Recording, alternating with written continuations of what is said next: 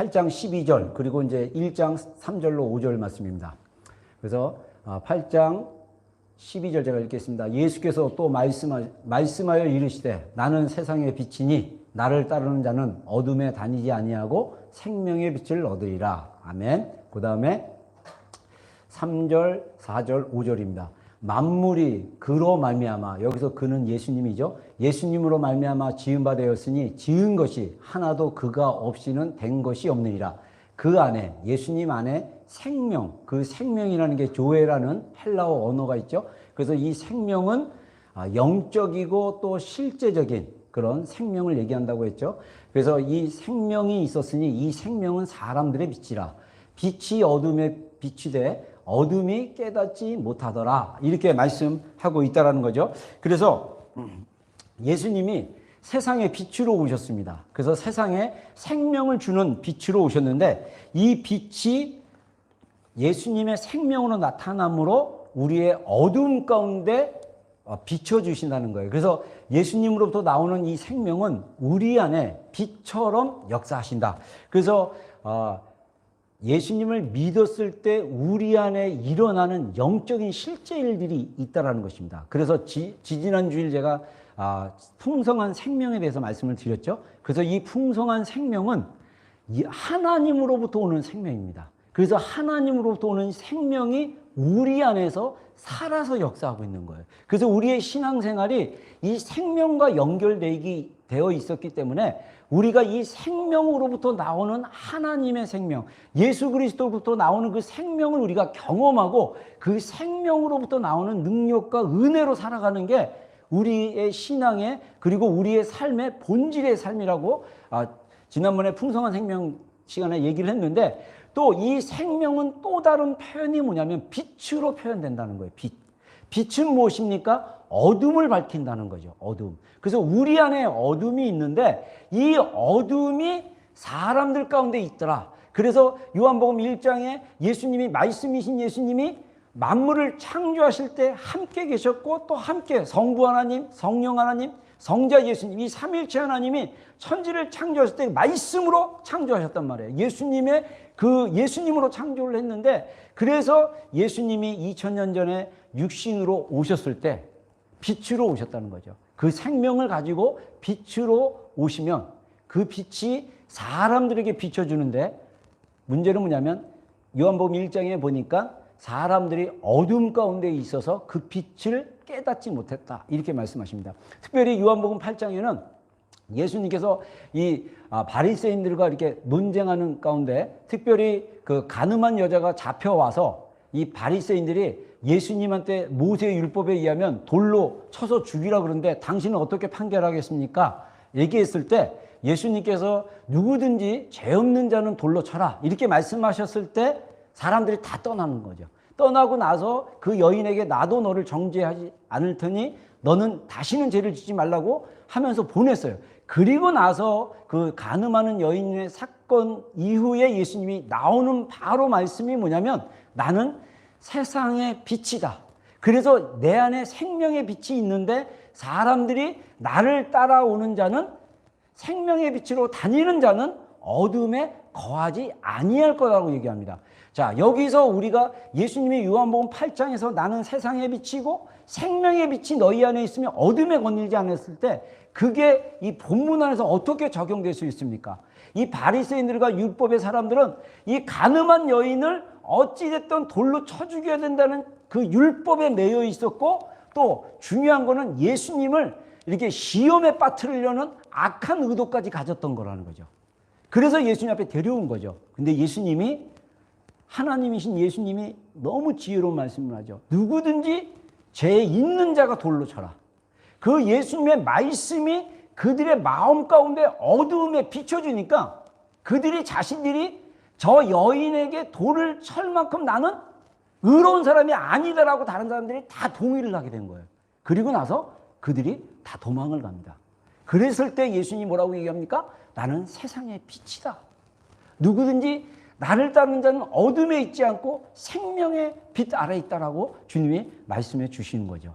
다시 말해서 우리가 주님을 따르는 우리 모든 성도들의 삶이 생명의 빛이신 예수님을 따르고 있다는 거예요. 그래서 우리 가운데 어둠들이 드러나기 시작하고 이 어둠들이 빛으로 해결되는 삶이 바로 생명의 빛으로 사는 그런 성도의 삶이라고 성경이 말하고 있죠. 그러면 우리가 말하는 이 어둠, 예수님이 나를 따라다니면 생명의 빛으로 다니지만 너희는 어둠에 거하지 않겠다 그랬을 때 그 어둠이 뭐냐는 것입니다. 두 가지로 여러분들에게 좀 나누겠습니다. 우리 안에 있는 어둠이 뭐냐? 어둠은 첫 번째로 하나님을 모르는 상태를 말하고 있다는 것이죠. 그래서 고린도전서 4장 3절로 4절 보면 만일 우리의 복음이 가리웠으면 망하는 자에게 가리워진 것이라 그 중에 이 세상의 신이 믿지 아니한 자들의 마음을 혼미하게 하여 그리스도의 영광의 복음의 광채가 비치지 못하게 함이니 그리스도는 하나님의 형상이니라. 자, 사도 바울이 복음을 전했을 때 이 복음이 가려진 사람들은 누구냐면 망하는 사람이라고 했어요. 망하는 사람들은 뭐냐면 예수님을 전혀 받아들이지 않고 거부하는 사람들을 얘기합니다. 그래서 이 복음이 가려졌다라는 그 성경의 표현에 영어에 의하면 베일드라 그래가지고 이게 이렇게 이 물건이 있는데 거기에 수건이 가려져서 그 물건의 실체를 모르는 거랑 마찬가지입니다. 그래서 이 물건의 실체가 가려졌다라는 그 말은 다른 말로 얘기하면 마음이 혼미하게 됐다. 영어 성경에는 브라인드 쳐졌다고 얘기하죠. 그래서 우리가 커튼으로 방을 햇빛을 가리면 그 껌껌할 때 이 특별히 두꺼운 그 커튼이나 또는 브라인더로 방을 가리면 껌껌해서 그 물건이 어디 있는지를 모를 정도로 사람들의 마음, 마인드, 생각에 그 마귀가 그것을 가리우게 했다. 이렇게 성경이 말하고 있는 거죠. 이 세상 신이. 그래서 그리스도의 영광의 복음의 광채가 비춰지지 못하게 한다라고 얘기하고 있다는 것입니다. 그래서 어둠이 가려진 거. 근데 저는요, 이게 믿지 않는 자들에게만 사실 해당되는 것이 아니라 사실 어떻게 보면 믿는 사람들 안에서도 주님을 더 깊게 정말 그리스도의 형상, 하나님의 형상이신 그리스도를 더 알고 경험하고 깨달아 갈 수 있도록 하나님이 생명의 빛으로 예수 그리스도를 통해서 우리에게 이미 주셨는데 이게 자꾸 내 안에 있는 어두움 가운데 가려졌다는 거예요. 그래서 이 어두움은 아까 얘기한 대로 하나님을 모르게 하는 영역이라는 거죠. 우리가 우리 안에 어둠이 있다면 하나님을 더 깊이 모르는 영역이 있다는 것입니다.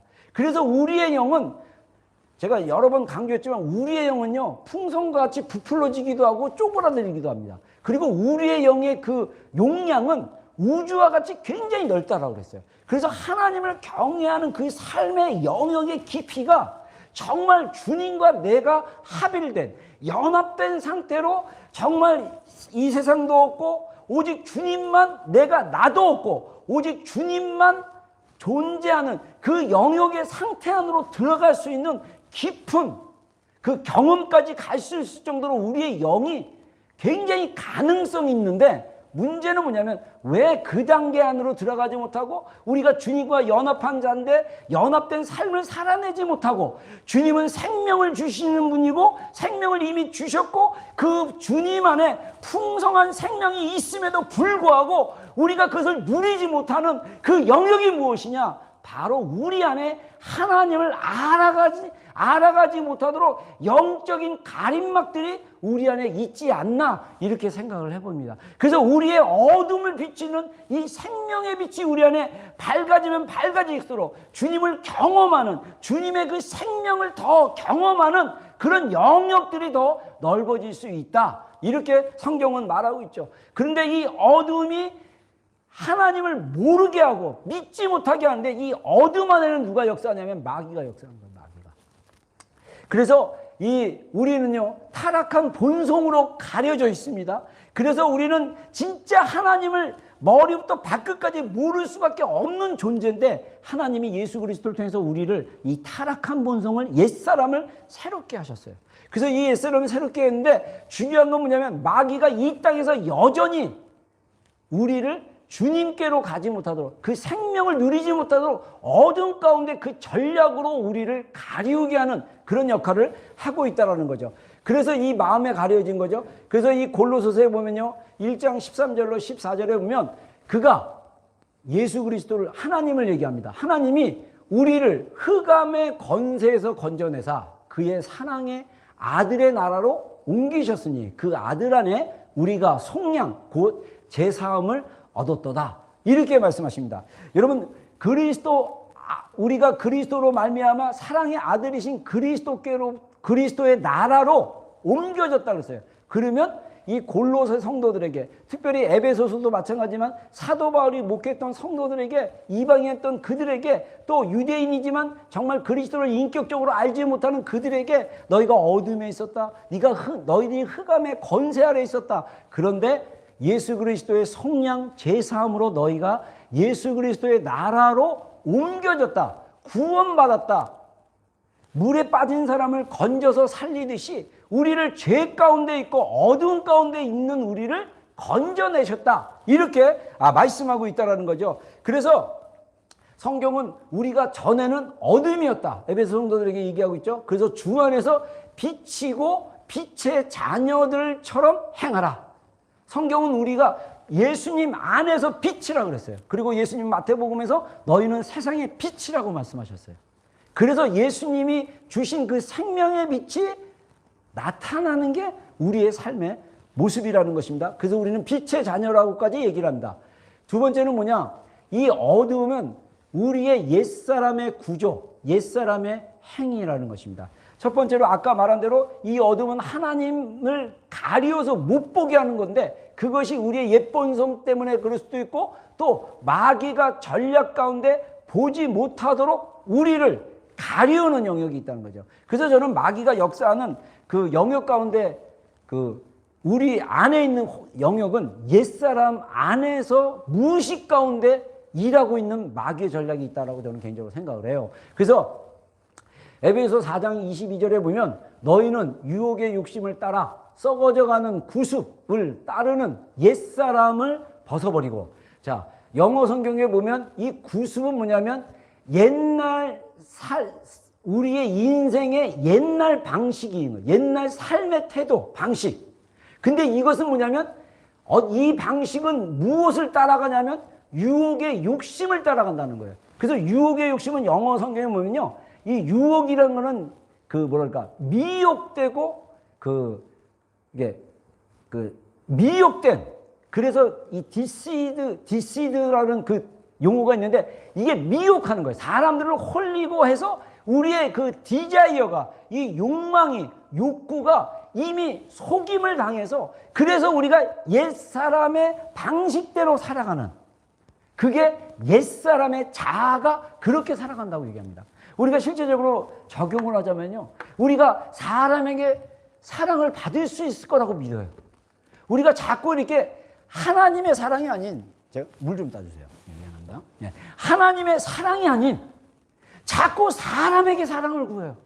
그래서 내가 애기 엄마들 보면요, 제 안에 어떤 마음이 드냐면요, 그 자기가 키우는 애들한테 엄청 막 그냥 손으로 빨고 발도 빨고 막 뽀뽀도 하고, 그냥 애가 똥 싸도 그 똥이 너무 아름답게 보이고 막 그렇게 엄청 사랑을 해요.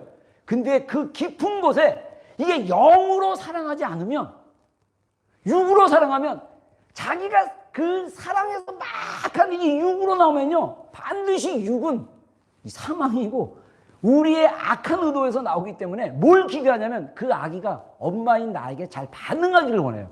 근데 그렇게 사랑했는데 애가 엄마 싫어 막 이러고 난 아빠가 더 좋아 막 이러면서 행동하기 시작하면 내 안에 쓴뿌리가 올라오기 시작하면서 막 그냥 심하게 그렇게 이쁜 애한테 소리를 지르고, 그렇게 이쁜 애한테 막 그냥 매몰차게 거절하고, 막 이런 게 다 나의 마음속에 좋고 나쁜 그 사랑에 대한 기회, 우리가 진짜 아가파의 예수 그리스도의 십자가의 사랑을 경험하지 않으면 우리가 지금 사실 사람들 가운데 누리고 말하고 있는 사랑은요, 어떻게 보면 사실 껍질과 같은 사랑이에요. 진짜 사랑은 무조건적으로 우리를 위해서 희생하신 그 하나님의 그 놀라운 사랑을 경험해야만, 그 사랑의 그 경험에서 나오는 그 사랑이 확실히 바뀌지 않으면 우리의 사랑은 온전한 사랑이 되지 못하고 자꾸 우리 안에 어렸을 때 채우지 못한 그 욕구,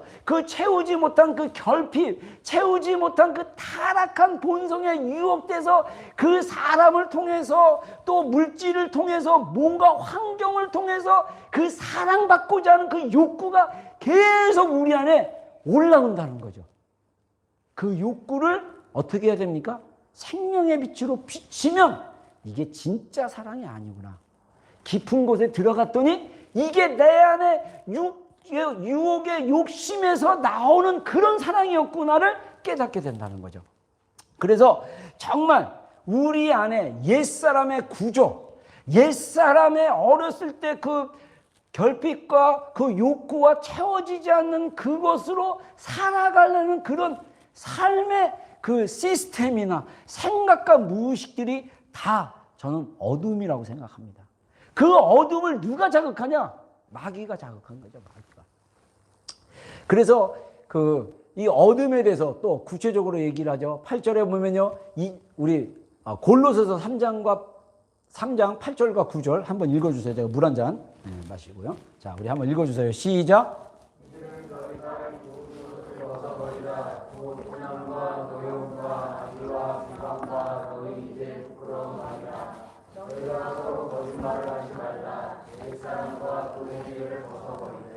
예, 자, 이 골로새서에서 뭐라고 얘기하냐면 너희가 이 모든 것을 벗어버리라 라고 했을 때 그 벗어버려야 될 게 뭐냐면 옛사람과 그 행위예요. 행위는 뭡니까? 실제로 내가 행하고 있는 것, 지금 프라티스로 지금 하고 있는 것, 실천하고 있는 것, 그것이 무엇이냐? 거짓말인데 이 분함이 어디서부터 옵니까? 우리의 감정으로부터 오죠. 우리의 생각이 미혹이 되면 그 분노가 내 안에 올라오기 시작한 거죠. 그게 화를 낼 게 아닌데 그냥 내 안에 뭐가 건드려졌기 때문에 화가 확 올라오는 거예요. 애들한테도 엄마나 아빠들이 분노하고 노하고 화를 내는 이유가 뭐냐면 내 안에 건드려진 그 무엇이 있기 때문에, 옛사람의 그 무엇이 있기 때문에 건드려서 화가 나고 노여움이 나고 막 이럴 수 있다는 거죠. 그리고 악의 비방, 그 입에 담기 어려운 부끄러운 말들이 내 안에 옛사람의 구조 안에서 올라와요. 제가 예전에 우리 아이들과 집에서 생활할 때요, 제 안에 이 40대 초반에 이 화가 이게 절제가 안 되고 화가 자주 폭발했어요. 그 중에 저한테 걸리는 게 하나 뭐냐면요, 뭐를 이렇게 이것 좀 이렇게 해라 그런데 싫어 안 할래요 이러면 애는 장난이에요. 사실은 그냥 아빠한테 그냥 그 안 좋은 장난이지만 그냥 아빠한테 그냥 불순종하는 척하면서 아 이것 좀 해주면서 이렇게 오가는 조크를 원하는데 조크 대신 제 안에 분노가 일어나는 거예요. 야 아빠가 이렇게 시켰는데 말 안 들어. 내 안에 알 수 없는 분노가 막 올라오는 거예요. 근데 어느 순간 지나고 나니까 그 분노가 사라졌어요. 이제는 귀여워요.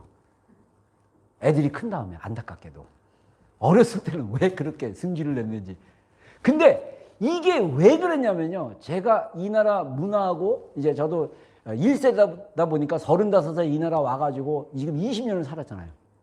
그러다 보니까 한국식의 마인드가 있는 거예요. 그래서 뭐를 시키면 절대로 시키는 대로 바로 행해야 돼. 근데 거기에 또 나의 인간적인 의도 있습니다. 저는 우리 아버지 말 굉장히 잘 들었거든요.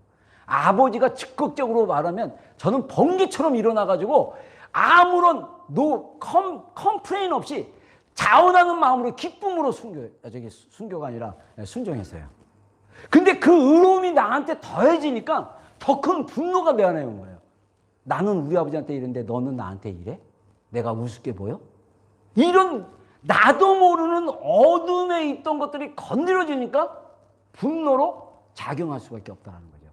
그래서 제가 이제 목회하면서 왜 성도들 안에 그렇게 하나님의 사랑을 경험했다고 하고 왜 그렇게 하나님의 사랑을 안다고 하지만 그 깊은 내면의 진정한 변화가 더디 일어나고 그렇게 변화되지 않는 영역들이 왜 이렇게 많이 계속 세월이 흘렀는데도 불구하고 있을까라고 고민을 해보니까, 제가 그래서 나름대로 공부를 하고 고민을 해보니까 우리 안에 옛사람, 어렸을 때부터 오는 그 부모로부터 양육의 그 태도로부터 오는 그 옛 신념, 습관, 버릇들이 있고, 또 더 깊이 더 길게 내려가면 6개월에서 18개월, 어떤 행동 발달 심리학자는 6개월에서 3살, 5살까지도 확대시키는데, 그 기간에 엄마와의 그 애착관계, 엄마와 얼만큼 그 안정감을 누리느냐, 아니면 불안감을 누렸느냐, 두려움을 누렸느냐, 아니면 거부를 당했느냐, 회피를 당했느냐에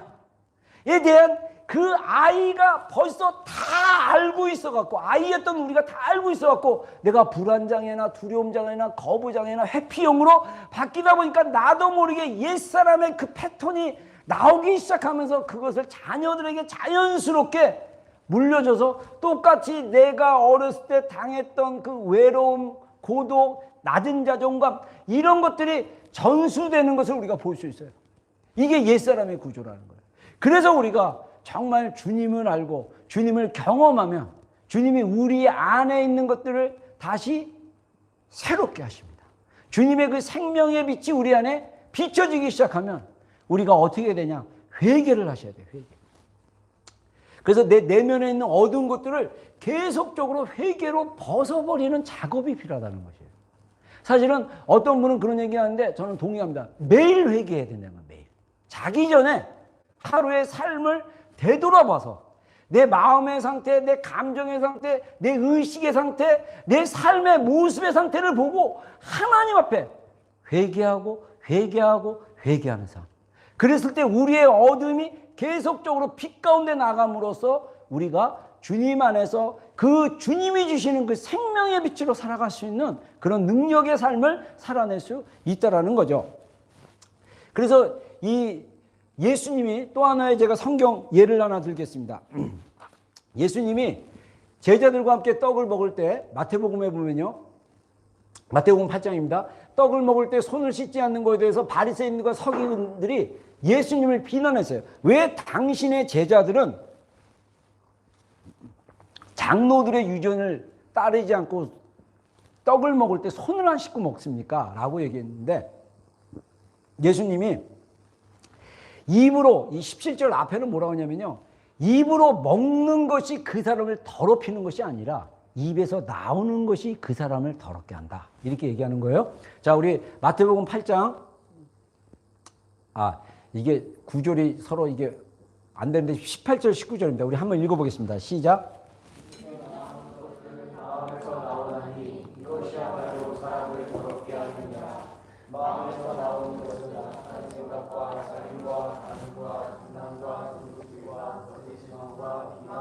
예, 우리는 자꾸 이렇게 겉에 보이는 거에 집중하고 그 보이는 걸로 사람을 판단하려고 하는데, 사실은 더 우리가 점검하고 체크하고, 우리가 사실 생명의 빛이 우리 안에서 나오는 것을 이렇게 우리 안에서 생명의 빛으로 점검해야 될 영역은 뭐냐면요, 우리 마음 안에 있는 거예요. 마음 안에 있는 거. 우리를 더럽히는 것이 예수님 말씀하시기를 뭡니까? 악한 생각, 살인, 간음, 음란, 도둑질, 그 다음에 거짓 증인, 비방이라고 얘기하고 있죠. 그래서 우리 안에 있는 빛이 어두운지 아닌지를 우리가 점검할 필요가 있다는 거죠. 예수님이 마태복음 6장에 이렇게 말씀하십니다. 너의 보물이 있는 곳에 내 마음이 있느니라, 이렇게 말씀하면서 22절에 눈은 몸의 등불이니 그러므로 내 눈이 성하면 온몸이 밝을 것이요, 눈이 나쁘면 온몸이 어두울 것이니 그러므로 내게 있는 빛이 어두우면 그 어두움이 얼마나 더하겠느냐라고 말씀하십니다. 그래서 우리가 항상 이 마음을 지키는 게 중요한데, 우리의 마음이 어디에 가 있느냐? 보물에 가 있다는 거예요. 보물. 그 보물이 예수님이 돼 있으면 우리의 삶이 자꾸 우리의 마음이 예수님께로 가 있는 거예요. 근데 이 보물이 예수님이 아니라 자녀가 되면 자녀에게 가 있고, 남편이 되면 남편에게 가 있고, 아내가 되면 이 보물이 자꾸 아내가 되고 재정이 되고, 삶에 대한 어떤 미래에 대한 걱정, 미래에 대한 안정감, 이런 것이 되면 자꾸 나의 마음이 거기에 쏠리기 시작한다는 거예요. 그래서 너의 보물이, 너의 마음이 있는 것이 보물이다. 그래서 이 마음이 있다면요, 우리가 어떻게 삶을 사냐면요, 눈이 주목을 해요. 자녀에게 있다면 늘 자녀만 봐요. 남편이거나 아내가 있다면 그 사람만 쳐다봅니다. 우리의 마음의 눈이 예수님께로 향하는 게 굉장히 중요합니다. 정말 예수님이 그 질그릇과 같은 정말 너무나 소중한 보물이라고. 그래서 이 보물인 것을 경험하지 않으면 자꾸 우리는 연약한 육신인고로 자꾸 사람을 보고 이 앞에 미래에 대한 걱정, 미래에 대한 안정감, 이런 것에 자꾸 신경 쓰게 된다는 거예요. 우리의 마음에 누가 있어야 되냐? 예수님이 있어야 되죠. 그분이 우리의 보물입니다. 그래서 이 보물이신 예수님이 질그릇 같은 우리에게 정말 이 너무나 소중한 보물이신 우리 예수님이 우리 안에 있을 때 우리가 어떻게 됩니까? 우리 안에 생명의 빛이 나타나고 우리 안에 생명의 풍성한 능력이 나타났을 때 두려움과 불안이 아닌 정말 진정한 사랑으로 자녀들과 배우자에게 할 수 있다라는 거죠. 그래서 이 마음에 있는 보물이 어디로 향하냐? 우리의 어텐션, 내가 관심이 어디 있냐, 내가 자꾸 어디를 쳐다보고 있느냐가 굉장히 중요해요. 그래서 저는요, 예수님이 말씀하신 것처럼 눈이 성해야 몸이 성한다. 눈이 나쁘면 몸도 어둡다라고 말씀하십니다. 그러니까 우리가 무엇에 어텐션 하냐가 굉장히 중요해요. 그래서 우리가 이제는 저희 교회가 이제 앞으로 정말 더 깊은 정말 주님의 그 풍성한 은혜 가운데 들어가 있는 여정 가운데 주님을 깊이 경험할 수 있는 그 십자가의 그 여정 가운데 정말 십자가의 그 놀라운 사랑을 깊이 경험할 수 있도록 계속 우리 정 목사님과 저희가 메시지 계속 풀어내고 있는데, 또 삶 속에서 관상적 영상이라고 그래가지고 삶 속에서 잠깐이라도 주님께 주목하고 주님께 집중하고 믿음의 주여 온전케 하신 예수님을 바라보는 훈련들을 계속 해나가야 돼요. 사실 빠른 방법은 뭐냐면 십자가의 사랑을 깊이 경험하면요 그냥 자동으로 되는데, 이게 안 될 경우 어떻게 되냐, 계속적으로 우리가 주님, 내 마음을 지키고 보물이신 주님을 계속 구하고 찾고 주님께 집중하는 그런 과정이 필요한 거죠. 그래서 생명의 빛 안에 살기, 두 가지로 제가 간단히 얘기하겠습니다. 그러면 우리가 이 생명의 빛 안에서 어떻게 살 수 있느냐? 영적인 잠에서 깨어나야 된다는 거예요. 사실 나는 뭐 이렇게 주님 이렇게 찾고 막 이런데 뭐 저는 영적인 잠 안 자는 것 같아요. 근데 어느 영역에서 잠자는 것처럼 잠자 있는 영역이 있다라는 거예요. 그래서 성경에 뭐라고 얘기합니까? 13절 14절 그러나 책망받는 모든 것은 빛으로 말미암아 드러나니 드러나는 것은 드러나는 것마다 빛이니라. 그러므로 이르시기를 잠자는 자여 깨어서 죽은 자들 가운데 일어나라. 그리스도께서 너에게 비추이시리라 하셨느니라. 자, 그래서 잠자는 자야 깨어서 죽은 자들 가운데 일어나라고 했습니다. 자, 하나님이 예수님이 우리에게 일어나라고 말씀하실 때 우리가 이 깨어남이 필요해요. 나는 벌써 깨었는데요. 근데 만약에 우리 안에 아직 어둠에 있고 이것이 빛으로 비춰주지 않으면 어둠에 있는데도 어둠에 있는지를 모르는 거예요. 여러분들 바리새인들에게 예수님이 뭐라 합니까? 그 소경아 그랬어요. 장님들아라고 얘기합니다. 바리새인들이요 발끈했어요. 내가 장님이라고 내가 지금 다 보고 있는데 예수님이 말하는 그 장님은 무엇입니까? 눈이 먼고 영적으로 보이지 않는 것. 그래서 너희가 한 사람을 구원하려고 저기 세상 끝까지 갔다가 그들을 더 마귀의 자식으로 만드는도다라고 얘기를 하고 있어요.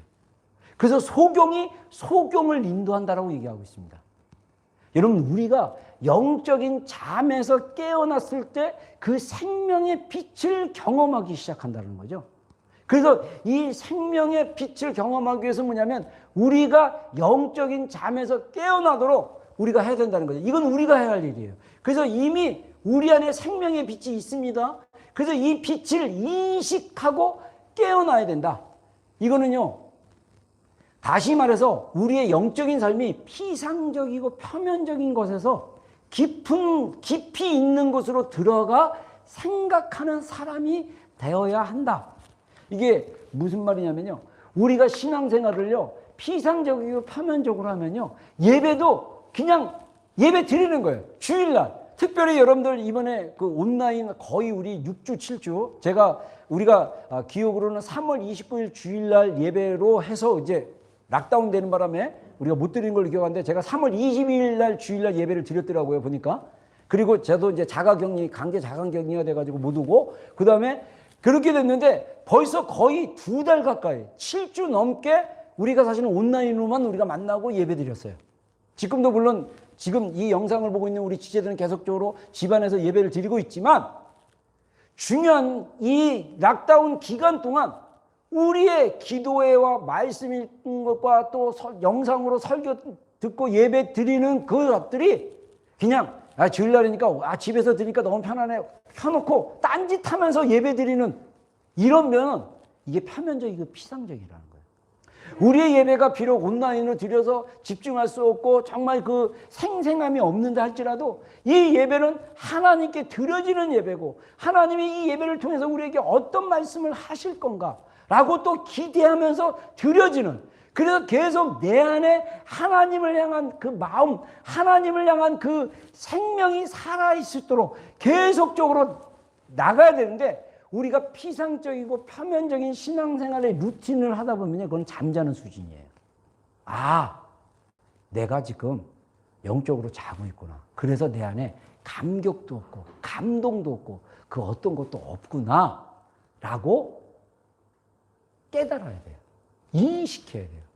저는요, 진짜 이 코로나 아니었으면 진짜 하나님이 이번 2020년 우리 교회 공동체 가운데 우리 지체들에게 부어주실 영역이 굉장히 많다고 기대하고 한국에서 왔는데, 코로나가 터져서 막 이런 고통 중에 제가 되게 사실 어떻게 보면 저도 이제 많이 마음적으로 좀 힘들었어요. 근데 중요한 거는, 제가 사실은 왜 그 힘들었던 영역 중에 하나가 뭐냐면, 제가 이제 한국 갔다 와서 20일 날 같이 예배 드리고 막 그랬을 때, 그 한국 그 성지순례 갔다 오고 한국 잠깐 갔다 오는 그 여정, 한 달 내에 그 여정 전에 우리 교회 예배 날이라든가 이 그 예배 안에 또 하나님이 기름 부어주시고 충만하게 하신 그 은혜의 그 충만 지수가 좀 이렇게 높아지기 시작한 걸 봤거든요. 그래서 이게 자꾸 이렇게 깊어지고 높아지고 계속적으로 찬양과 말씀과 기도로 예배가 자꾸 이렇게 풀리기 시작하면 더 깊은 영역에서 정말 이렇게 주님을 경험하고 주님을 알고 깨달아지고 경험되어지는 게 있어지는데, 제가 볼 때는 올해 한국 갔다 와서 정말 이렇게 이 스케줄대로 고난주간 기도회하고 또 이게 성령 10일 기도회하고 막 이런 루틴으로 쭉 해서 계속적으로 우리가 주님을 찾으면 더 깊은 영역에 정말 그리스도의 충만함심이 우리 성도들 개개인에게, 가정들에게 이렇게 흘러 넘칠 수 있겠구나 하는 기대감이 있었거든요. 근데 이 코로나가 우리의 발목을 잡아서 그러지 못한 것 같아요. 그게 너무 아쉬워요. 여러분, 정말 우리가 공동체 안에서 드려지는 예배와 기도를 통해서 우리가 더 깊이 들어감으로써, 그래서 우리의 기도가, 우리의 예배가 여러분들 형식적이고 피상적이어서 그냥 뭐 이번 찬양은 뭐 음이 높았어, 이번 찬양은 어떻어, 이런 겉으로 보는 것이 아니라 내 마음이 하나님 앞에 이미 드려져서 드리면, 하나님께서 찬양을 통해서 말씀을 통해서 성도의 교제를 통해서 어찌됐든 우리 공간 안에서 공동체 안에서 하나님의 일하심들이 풀어지고 있다니까요. 근데 그것이 경험되지 못했다, 그것들이 자꾸 이렇게 느껴지지 않고 경험되지 않고 있다, 이거 영적으로 잠들어 있는 거예요. 제가 우스갯소리로 우리 지체들 중에, 우리 특별히 형제들 중에 몇 년 만에 깨어난 형제들이 있어요. 막 5년 만에 깨어나고 7년 만에 깨어나고, 설교 때 실제로 잠을 자는 지체들도 있었어요. 근데 한 5년 되니까 그 잠에서 깨어나기 시작하더라고. 그리고 주일날 예배만 한다면 잠자. 그 몇 사람이 있었어요. 그래서 어쨌든 제가 이렇게 지명도 하고 그랬는데 그냥 냅뒀는데 어느 날 깨워서 열심히 또 듣기 시작하고, 눈 뜨고 잠자는 지체들도 있었어요. 설교할 때 딴짓하고 딴 생각하고, 그러다 어느 순간에 주님을 알고 싶어하고 몇 년 만에 막 그런 지체들도 있어요. 다 이게 영적으로 잠자는 거예요. 말씀을 받아먹지 못하고 말씀을 먹지 못하고 잠자고 있기 때문에 자기 생각 안에서 그냥 잠자고 있는 거예요. 여러분, 여기서 어둠이 옛사람의 내면 구조고 옛사람의 어떤 시스템 그 내면 안에 있는 거라고 하는데 여러분 그 애니어그램에서 뭐라고 얘기하냐면요. 많은 사람들이 90% 이상의 사람들이 옛사람의 거기서는 옛사람의 편을 안 하고 무의식 안에서 살고 있다는 거예요. 그래서 목류병 환자처럼 살고 있대요. 그냥 습관적으로 살고 있다는 거예요. 우리가 한 주님을 만나는 시간도 기도와 예배와 주님 앞에 나가는 것도 마치 그냥 잠에서 깼는지 안 깼는지 잘 모르고 비몽사몽간에 행동하는 사람들이 꽤 있다라는 거예요.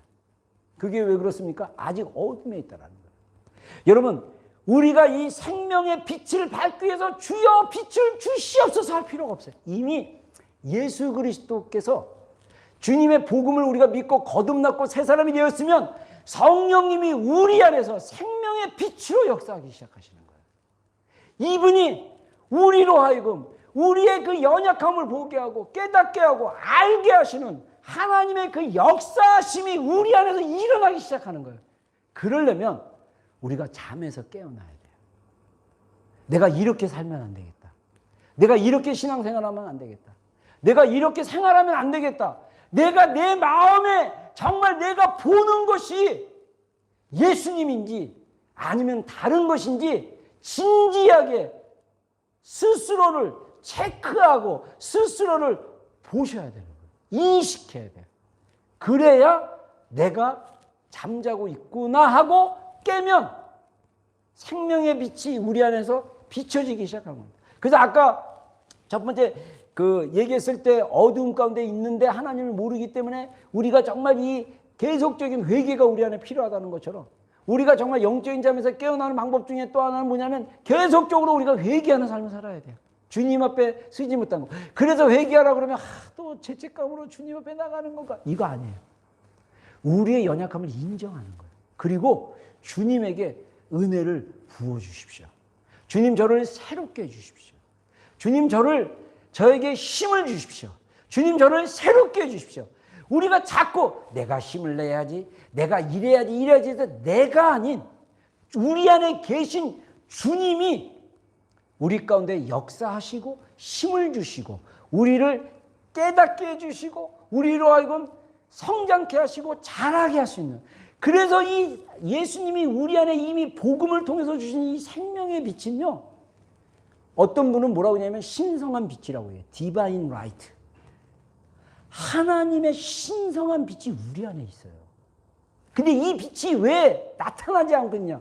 우리가 영적으로 잠자고 있기 때문에.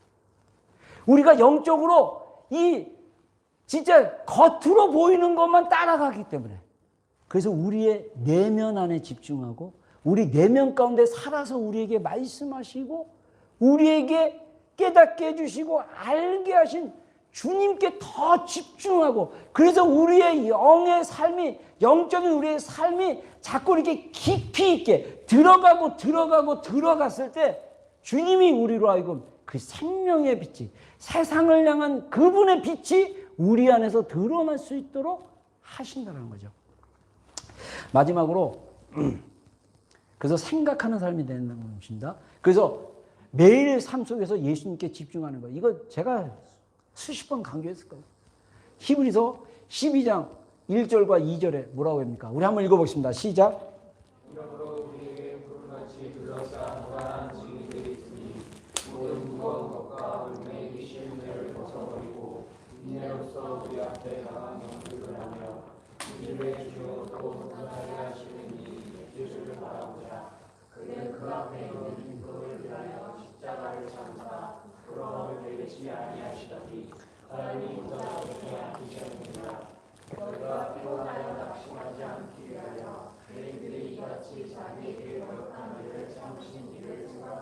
네.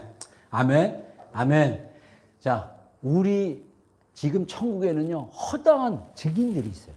그분들이 우리를 보고 있습니다. 저희 아버님이, 제가 그 결혼하기 전에 돌아가셨는데, 우리 아버님이 제가 고3쯤 됐을 때 예수님 믿고 정말 신앙생활이 확 바뀌었어요.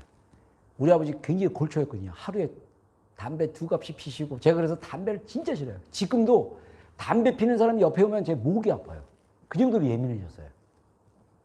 근데 우리 아버님 돌아가셨을 때 보니까 정말 이 시신이 황금색이었어요.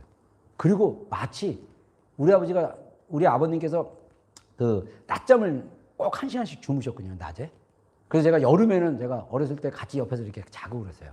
근데 그때 잠잤을 때 봤던 아버님 모습 같았어요.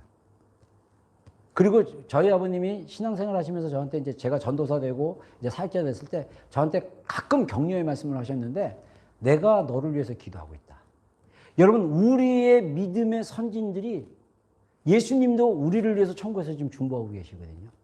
저는 우리 아버님이 정말 그 구름같이 허다한 증인의 한 명으로서 천국에서 저를 위해서, 저희 가정을 위해서, 제 목회 안에서 또 기도하고 계신다고 저는 그렇게 믿고 있어요.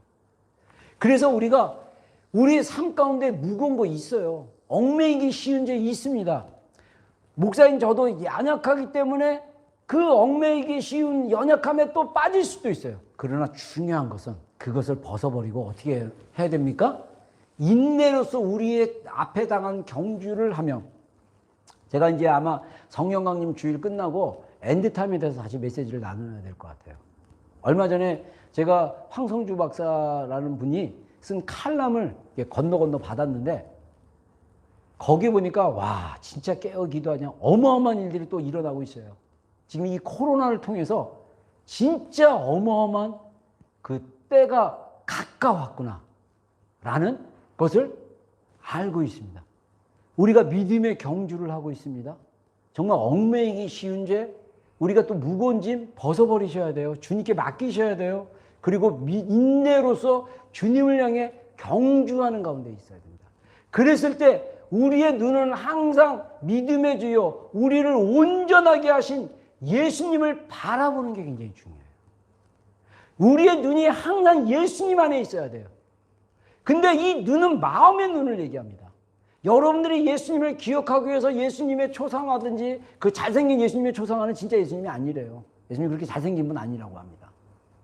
흠도 없고 사람들이 보기에 좋은 모습이 아니라고 그랬어요.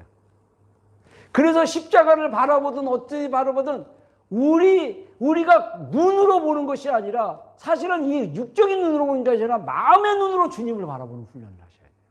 내 안에 계신 주님, 그 주님은 믿음의 근원이시고 우리에게 믿음을 더하시고 주시는 주님, 그리고 우리를 온전케 하십니다. 우리를 퍼펙트하게 만드는 것이 아니라 우리가 연약하여 넘어질 때도 계속적으로 일어나게 하시고 우리에게 힘 주시는 주님이시라는 거예요. 그래서 그 주님을 바라보고 믿음으로 경주를 해야 한다고 성경은 말하고 있습니다. 그래서 우리가 피곤하고 낙심할 수도 있어요. 그때 또 어떻게 되냐? 우리가 주님 바라봐야 돼요. 주님이 참으셔요. 저는요, 정말 주님의 그 사랑이 풀려지고 나서 제가 진짜 너무 연약하고 너무 한 짓이 바보 같고 진짜 그래가지고, 야, 너 인생을 왜 그렇게 사냐, 막 이런, 막 20대 때 막 그런 생각들이 막 올라오고, 막 진짜 금방 넘어지고, 옛사람의 구조가 해결이 안 되다 보니까 그냥 충만할 때는 엄청 충만한데 또 세상, 또 삶 속에 나가면 또 넘어지고, 막 이런 영역들이 있었어요. 그랬을 때 주님 앞에 엎드려서 다시 기도할 때 주님이 계속 나에게, 내가 너를 다 알고 있다. 내가 너의 연약함을 다 보고 있다. 저는요, 진짜 목회하면서 더 그런 걸 느껴요. 내가 약할 때 주님이 강한 거구나. 내가 좀 잘 되고 풀렸을 때 뭐 잘난 체처럼 나 이러고 이럴 필요가 없어요. 주님이 하십니다. 나는 그냥 주님 안에 거하는 삶, 주님의 생명이 내 안에 흘러넘칠 수 있도록 나는 주님께 붙어있는 삶 사면 주님이 내 안에서 역사하고 계시구나. 주님이 주님의 일을 하고 계시구나. 여러분, 우리 교회 안에 하나님의 일하신 분들이 꽤 많습니다. 정말 저는 그런 모습들을 보게 돼요. 주님께서 주님의 일을 하고 계십니다. 우리는 우리를 길이 참으시는 그 사랑의 예수님을 바라보고 계속 주님 앞에 나가셔야 돼요. 계속 주님만 바라보는 그 삶의 훈련과 패턴을 키우셔야 돼요. 믿음의 근육을 키우셔야 돼요. 넘어져도 일어나면 됩니다. 그 일어나는 힘이 내가 일어나야지가 아니라 주님이 일어날 수 있도록 힘을 주십니다. 내가 할 수 있는 것은 시편 기자의 고백처럼 내 영혼아 네가 어찌하여 낭망하고 절망하는가. 내 영혼아 일어날지어다. 내 스스로 내 영혼을 깨우는 일은 내가 해야 됩니다. 그리고 주님께 그 힘을 달라고 기도하셔야 돼요. 내가 내 영혼을 향해서 일어나라고 말할 힘이 없는 사람들이 꽤 많습니다. 그래서 계속 영적으로 잠자고 있고 깨어나지 못하고 어둠에서 얽매이기 쉬운 죄와 무거운 짐 때문에 고통스러워하고 힘들어하고 있는 성도들의 삶이 너무 많습니다. 그것들이 어떻게 됩니까? 주님 앞에 나가서 깨어날 수 있도록. 이미 아까 얘기한 대로 정말 주님이 우리에게 주신 생명의 빛이 우리 안에 있어요. 주님이 주신 생명을 얻게 하고, 그래서 우리 안에 조회가 있어요. 조회. 이 조회가 우리 안에 풀어질 수 있도록 우리가 주님 앞에 나약한 마음, 연약한 마음, 부족한 그대로 자꾸 내가 하려고 하지 말고 내 안에 주님이 하실 수 있도록, 주님 나를 불쌍히 여기시소서. 주님 나에게 믿음을 더하소서. 주님 나에게 믿음 없는 것을 도와주시옵소서. 할렐루야. 그렇게 기도로 나아가시면 돼요. 그러면 우리 안에서 주님의 생명이, 주님의 빛이 우리의 연약함을 비춰주시고 우리를 새롭게 하십니다. 그래서 우리 안에 마지막으로 긴 구절이지만 에베소서 말씀, 에베소 4장인가 그래요? 에베소 4장 말씀 23절로 30절 말씀까지 우리가 주님을 바라보는 것이 삶 속에서 어떻게 되는지 주목하고 보시기 바랍니다. 우리가 심령이 새롭게, 우리의 마음이 날마다 신선할 수 있도록 유지하는 게 우리에게 필요해요. 그래서 하나님을 따라 의와 진리의 거룩함으로 지으신 새 사람을 입으라. 자, 우리가 옷을 계속 매일매일 입잖아요. 그러듯이 우리가 새 사람을 입어야 됩니다. 이 말은 뭐냐면 입술로 고백하면 돼요. 고백. 그래서 거짓을 버리고 각각 그 이웃과 더불어 우리 이웃과 참된 것을 말하는 거고, 그리고 우리가 서로 지체이기 때문에 참된 것 말하기. 그래서 우리가 새 사람을 입는 방법은 뭐냐면 진실을 말하는 거. 가면 쓰지 말고 숨기지 말고 속이려고 하지 말고 그냥 괜찮아 보이려고 노력하지 말고 있는 그대로 나는 연약해, 나 이렇게 힘들어, 이렇게 말할 수 있는 걸 한다는 게 새 사람이 있는 거예요. 그리고 분을 내어도 죄를 짓지 말고 해가 지도록 분을 품지 말고 승질 날 수 있어요. 그래도 이 승질이 밤에 있을 때까지 그 분을 품지 말라. 왜냐? 마귀가 틈타니까. 마귀에게 틈을 주지 말라는 거예요. 그래서 우리가 어떻게 됩니까? 회개하고 또 분난 거 있으면 그 왜 화가 났는지 또 체크도 해보고 이런 식으로 해서 내 안에 있는 분노를 해결하는 거. 이게 주님 바라보는 거예요. 우리의 일상생활에 성경에서 계속 교훈 가운데 우리에게 주시고 있습니다. 도둑질하는 자는 다시 도둑질하지 말고 돌이켜 가난한 자에게 구제할 수 있도록 자기 손으로 수고하여 선한 일을 하라. 저는 이 도둑질이 기체적으로 물건을 훔치는 것보다 쓰잘데기 없이 남의 시간 뺏고 남에게 뭐 이런 것도 도둑질이 아닌가 이런 생각도 해봐요. 그래서 우리가 선한 일을, 자기 손으로 선한 일을 하도록 하는 거, 이거 굉장히 중요합니다. 우리가 주님의 마음에 감동을 받아서 남을 위해서 봉사하고 선한 일을 할 수 있다는 것은 이게 새 사람을 입는, 또 주님께 계속 주목하는 그런 방법이 아닌가 저는 계속 구체적으로 그렇게 생각합니다. 그리고 29절에 더러운 말은 입 밖에도 내지 말고 오직 덕을 세우는데 소용되는 대로 선한 말을 하여 듣는 자들에게 은혜를 끼치게 하라. 하나님의 성령을 근심하게 하지 말라. 그 안에 너희가 구원의 날까지 인치심을 받았느니라. 성령이 근심하십니다. 성령님이 근심하시는 이유는 뭐냐면 우리가 말로 잘못 자꾸 실수할 때 근심하세요. 이게 말과 연관되어 있어요. 더러운 말 할 때 우리가 이 남에게, 특히 크리스천들이 굉장히 주의해야 될 게 뭐냐면 뒷담화하는 거, 뒤에서 담화를 나누는 거, 아주 나쁜 말. 그리고 없는 것도 막 지어서 말하는 거, 자기가 본 왜곡된 그 시각으로, 왜곡된 느낌과 감정으로 부정적으로 막 표현하는 거, 그 지체들에 대해서, 딴 사람들에 대해서. 이거는 성령님이 근심하는 일이에요. 그리고 덕을 세우는데 선한 말을 하는 은혜를 끼치라. 여러분, 우리가 덕을 세우는데 선한 말을 하려고 노력할 필요가 없어요. 우리 마음에 선한 마음이 들어가면 선한 말이 나와요. 그리고 근데 그건 있어요. 선한 게 있는데 이 유통 과정에서 이게 변질이 돼가지고 이상한 말이 나올 수도 있대요. 제가 그랬잖아요.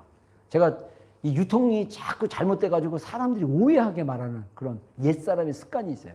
최근에 세바시 그 말그릇이라는 책을 쓴 저자 얘기를 들어보니까 이 말은 몸에 밴대로 나온대요. 그래서 이 말은 습관을 고치는 게 굉장히 중요한 것 같아요. 습관. 그래서 이 습관도요, 남 뒷담하는 것도 습관입니다. 근데 이 뒷담화는요, 습관을 넘어서 나중에 중독이 되고, 그래서 자문에 말씀하시기를 남을 헌담하는 사람의 말이 내 배를 갖다가 아주 맛있게 달콤하게 들어온다. 이거 마귀가 하는 짓이 돼버려요. 그래서 내 입이 마귀의 도구가 될 수도 있다는 거예요. 이런 것들이 성령님을 근심하게 만든다는 것입니다.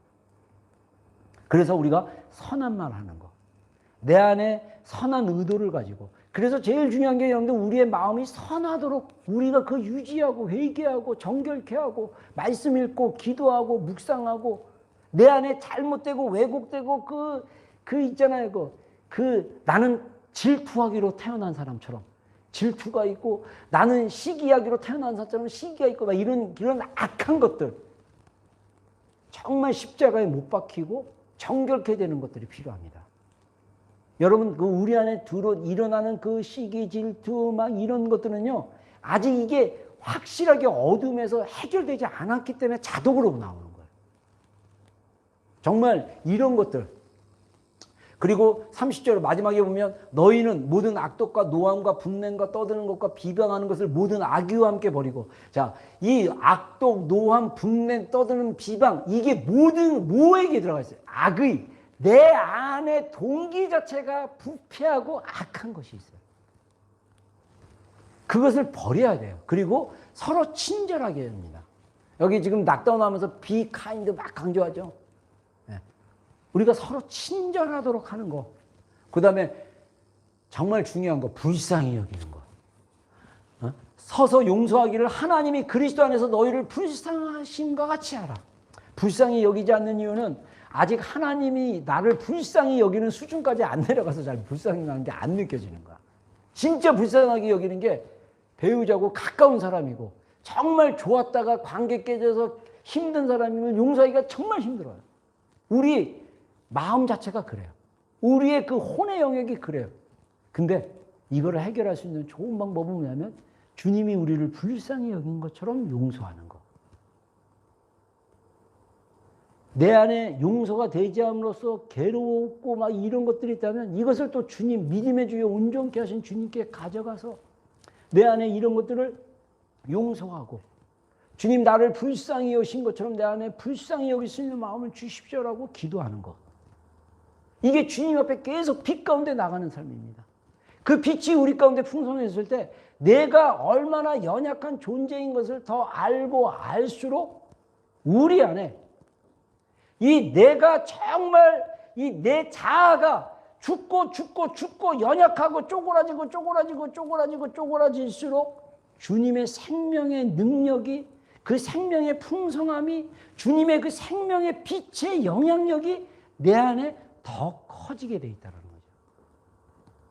그래서 정말 나는 죽고 그리스도만이 사는 내가 살든지 죽든지 내 몸에서 그리스도가 존귀함을 받으시는 그런 고백이 우리의 고백이 돼야 된다는 거예요. 여러분 사실 주님이 우리에게 그런 기대를 가지고 우리를 인도하시고 있어요. 제가 이번에 신학교 제자도 그 강의하면서 저도 어마어마하게 많이 배웠어요.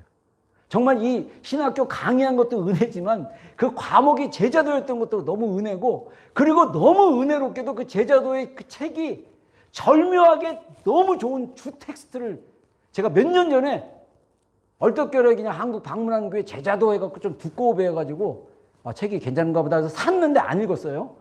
그리고 몇 년을 꽂아놨는데 강의하게 돼가지고 여기서는 한국 서점이 없기 때문에 이 물건 받기가 너무 힘들고 그러잖아요.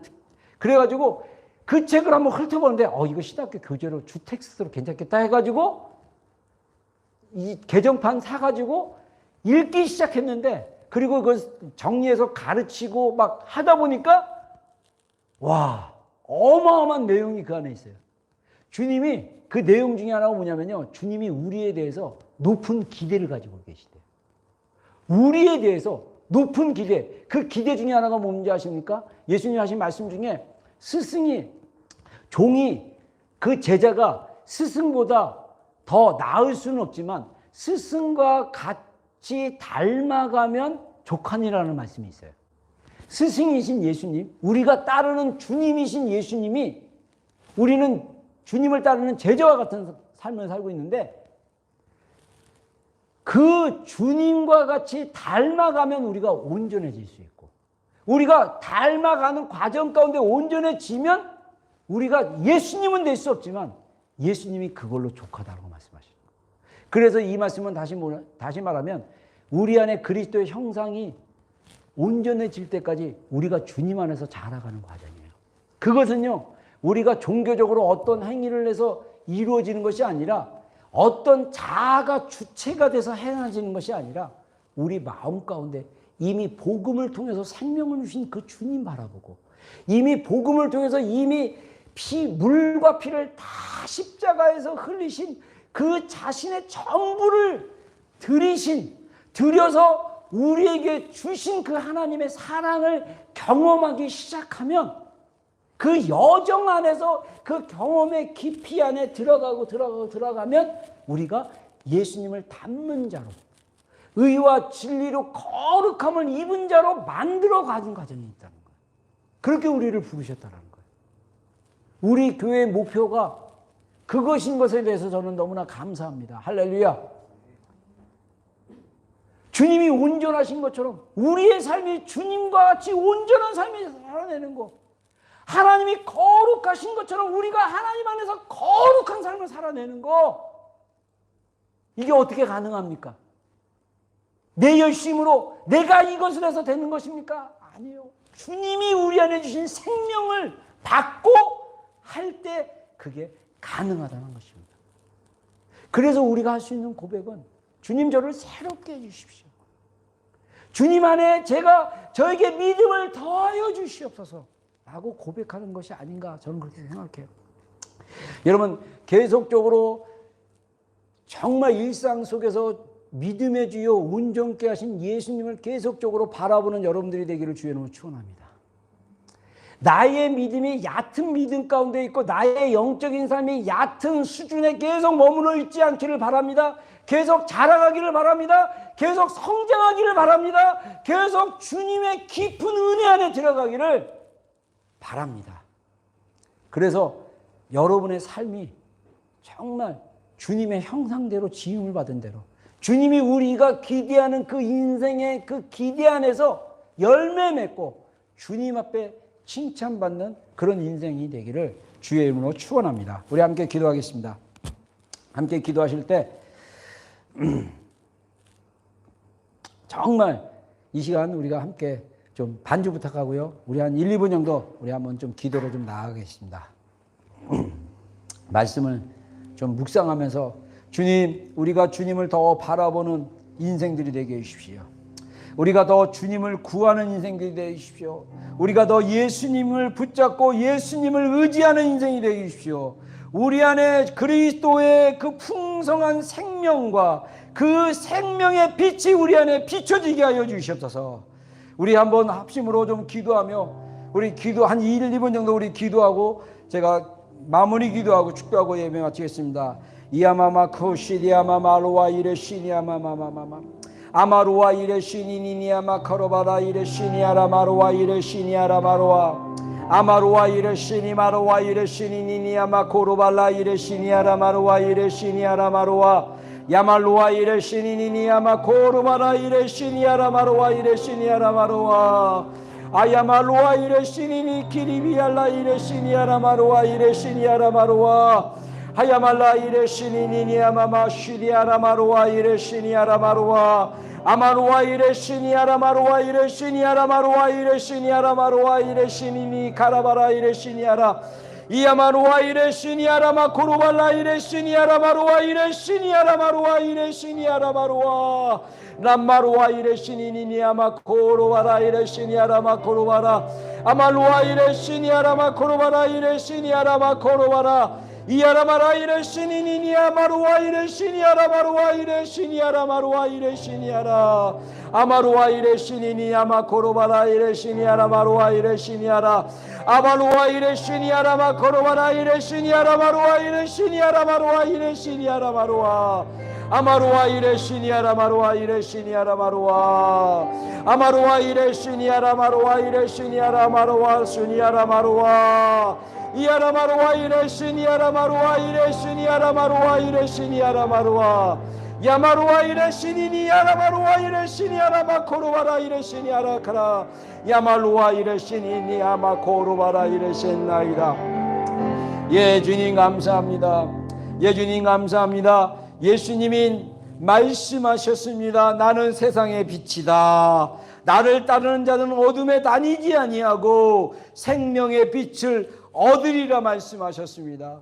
예수님이 이 땅에 오신 것은 생명을 얻게 하고 더 풍성한 삶을 생명을 얻게 하려 하셨습니다 말씀하셨습니다. 이미 우리가 예수님을 믿고 거듭난 우리 성도들 이미 주님이 주신 그 생명의 빛이 우리 안에 있음을 주님 고백합니다. 주님 이 신성한 빛이신 생명의 빛이 우리 안에 역사하고 계십니다. 하나님 우리가 잠자고 있는 우리의 영역들을 주님 깨어나게 하여 주시옵소서. 하나님 우리가 옛사람의 구조 안에서 아직도 주님 옛사람의 습관과 언행과 그 삶 가운데 살았던 영역들이 있다면 주님 우리가 회개함으로 주님 나아갈 수 있도록 주님 역사하여 주시옵소서. 우리의 매일의 삶 가운데 예수님을 바라보는 주님 그 예수님만을 바라보는 그런 하나님 습관을 들이고 우리가 고백하며 나아갈 수 있도록 주님 역사하여 주시옵소서. 주님 아직까지